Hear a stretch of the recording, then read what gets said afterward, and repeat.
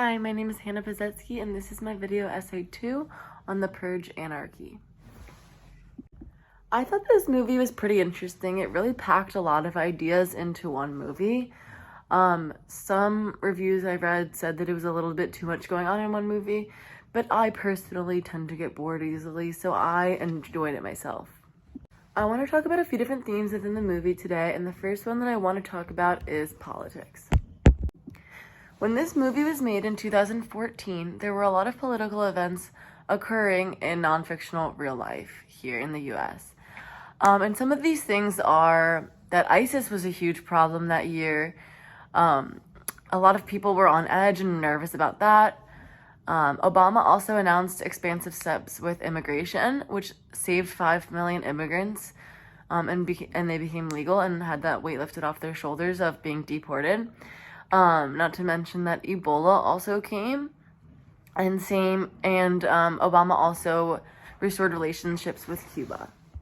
So I think almost every single one of these political events that I just mentioned kind of occurs in the film in a way. You know, in the film, you can just look at the resources that the Mexicans had versus the resources that the white people had. The Mexicans in the film were in the back of a trailer with no AZ and hardly any weapons. They were tightly packed in there.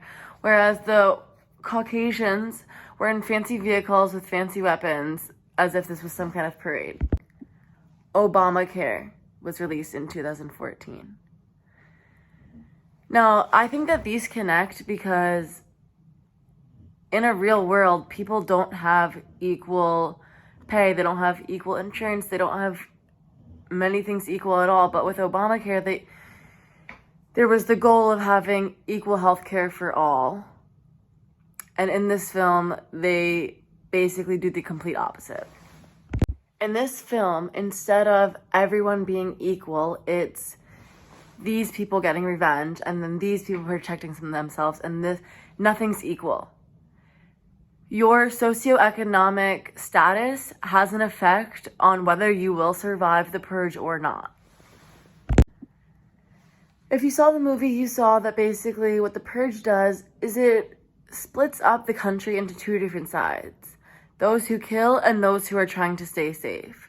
And this really stuck out to me because our country has really become divided into just two.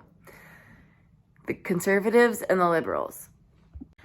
I think that this is very symbolistic and almost realistic because there are so many things that happens to our country to divide us in two.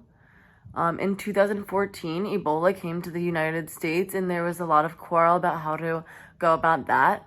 And now with the pandemic of COVID-19, it's the vaxxers and the people who don't want to be vaccinated. Another point I want to talk about in this film is the intersectionality of the woman whose husband is racist and who has a family that's Spanish.